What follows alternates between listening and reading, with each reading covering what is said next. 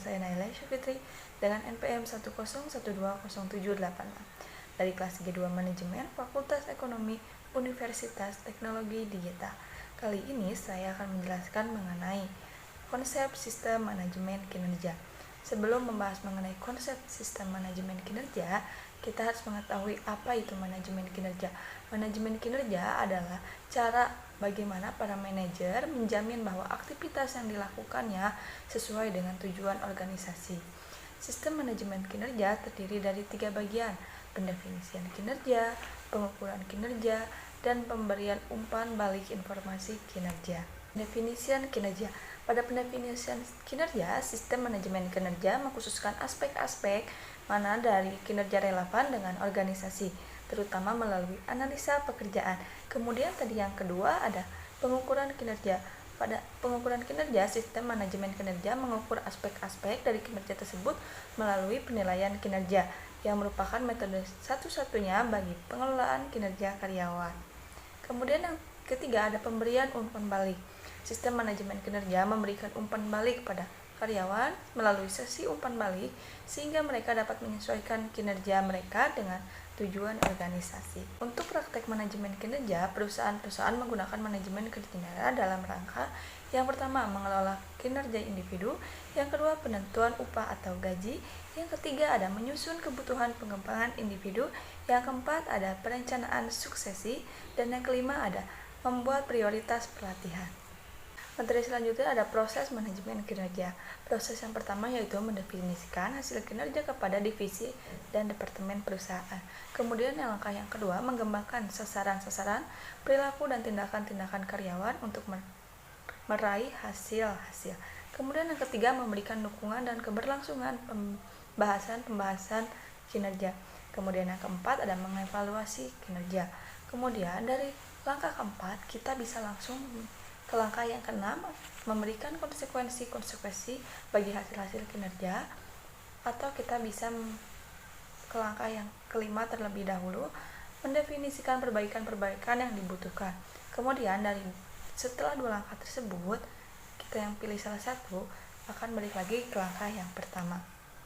Dari tadi kita membahas mengenai manajemen kinerja. Sebenarnya apa itu tujuan manajemen kinerja? Untuk tujuan strategi, di mana sistem manajemen kinerja menghubungkan aktivitas karyawan dengan tujuan-tujuan organisasi. Kemudian tujuan administratifnya, organisasi menggunakan informasi manajemen kinerja dalam banyak keputusan administrasi seperti administrasi upah dan gaji, promosi, dan pengakhiran kepemilikan. Kemudian ada tujuan pengembangan, yaitu tujuan mengembangkan karyawan yang berkinerja efektif dalam pekerjaannya.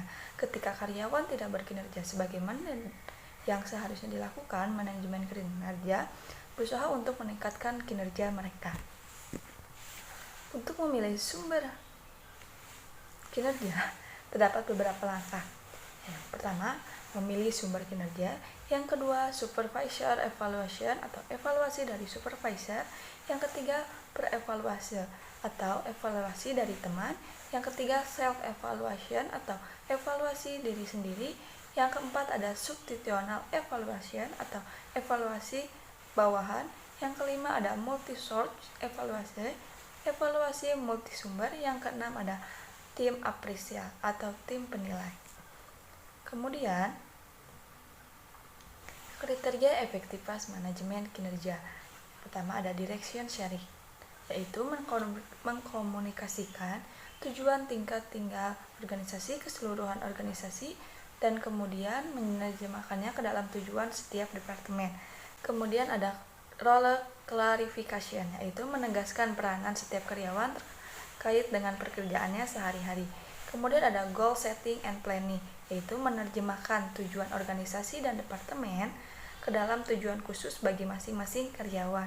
Selanjutnya ada goal alignment atau memudahkan setiap manajemen untuk melihat keterkaitan antara tujuan karyawan dan tujuan-tujuan departemen dan organisasi. Selanjutnya kriteria efektivitas manajemen kinerja yaitu development goal setting, meliputi jaminan setiap karyawan berpikir melalui pada tahap awal dan setiap periode kinerja tentang apa yang harus saya lakukan untuk mencapai tujuan saya. Selanjutnya ada ongoing performance monitoring. Penggunaan computer based system yang mengukur dan kemudian mengemal kemajuan dan laporan pengecualian berdasarkan pada kemajuan individu terhadap pemenuhan tujuan kinerjanya. Selanjutnya ada ongoing feedback, yaitu tatap muka dan umpan balik terkomputerisi terhadap kemajuan dan pencapaian tujuan. Kriteria efektivitas manajemen kinerja yang selanjutnya ada coaching and support, harus menjadi bagian yang satu dari proses umpan balik. Selanjutnya ada performance assessment atau appraisal, merupakan salah satu elemen dalam manajemen kinerja. Selanjutnya ada reward, recognition, and compensation, yaitu seluruhnya memainkan sebuah peranan dalam memberikan konsekuensi yang dibutuhkan untuk menjaga arah tujuan kinerja karyawan agar tetap dalam jalurnya. Kemudian ada workflow, process control, and return of investment management, yaitu menjamin bahwa kinerja karyawan terhubung. Selanjutnya ada sumber informasi kinerja. Sumber informasi kinerja terdapat beberapa sumber. Yang pertama ada manajer, yaitu sumber yang paling sering digunakan dalam informasi kinerja. Kemudian ada teman sejawati, merupakan sumber terbaik. Informasi pekerjaan seperti penegakan disiplin, di mana supervisor tidak selalu mengawasi pekerja.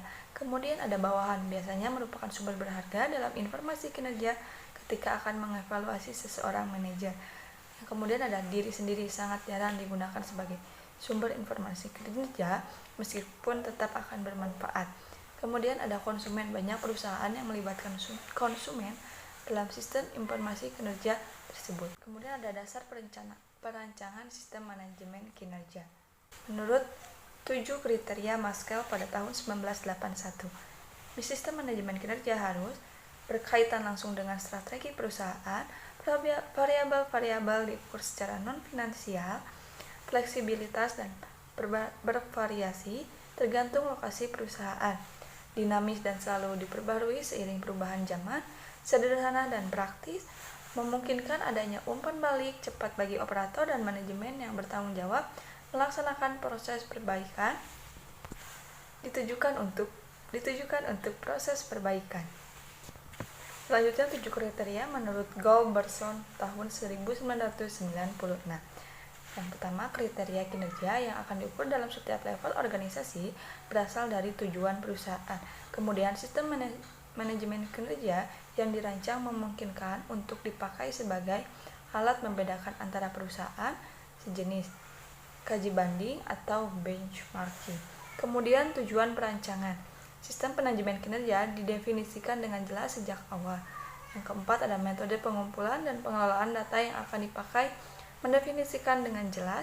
Yang kelima ada dalam penentuan besaran variabel, menggunakan rasio-rasio variabel yang lebih disukai dibandingkan penggunaan angka tersebut. Absolut.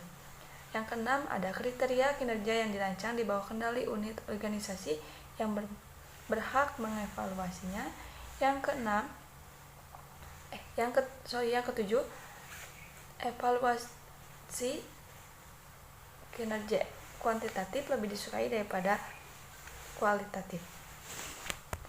Kemudian ada tahap perancangan sistem manajemen kinerja, terdiri dari tahap 0 yaitu fondasi, tahap 1 informasi dasar, tahap 2 perancangan, tahap 3 penerapan, dan tahap 4 penyegaran.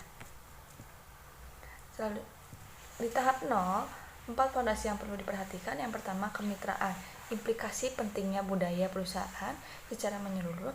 Prinsip ini perlu diterapkan agar masing-masing pihak dapat berperan. Kemudian ada pemberdayaan, yaitu seluruh karyawan memiliki kesadaran kepemimpinan pada level manajerial kelas atas, misalnya produk cacat, admin hemat kertas, dan pelayanan ramah. Kemudian ada yang ketiga, perbaikan kinerja yang terintegrasi. Yang keempat ada tim yang mandiri. 5 kaidah perancangan sistem manajemen kinerja pada tahap 0 atau fondasi. Yang pertama ada mudah dimengerti. Yang kedua berorientasi pada jangka panjang. Yang ketiga berdasarkan atas basis waktu. Yang keempat ada fokus pada perbaikan berkelanjutan. Yang kelima menggunakan pendekatan kuantitatif. Selanjutnya pada tahap 1. Informasi dasar, yaitu ada sebagai masukan dalam perancangan sistem manajemen kinerja. Selanjutnya ada mencakup informasi tentang industri, pemerintah dan masyarakat, pasar dan para pesaing, serta produk dan jasa.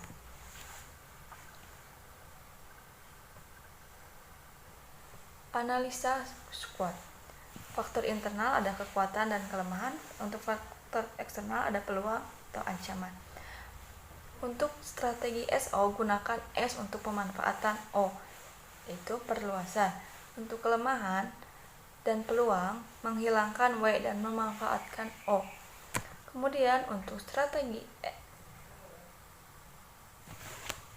selanjutnya untuk strategi ST, gunakan S untuk menghindari T.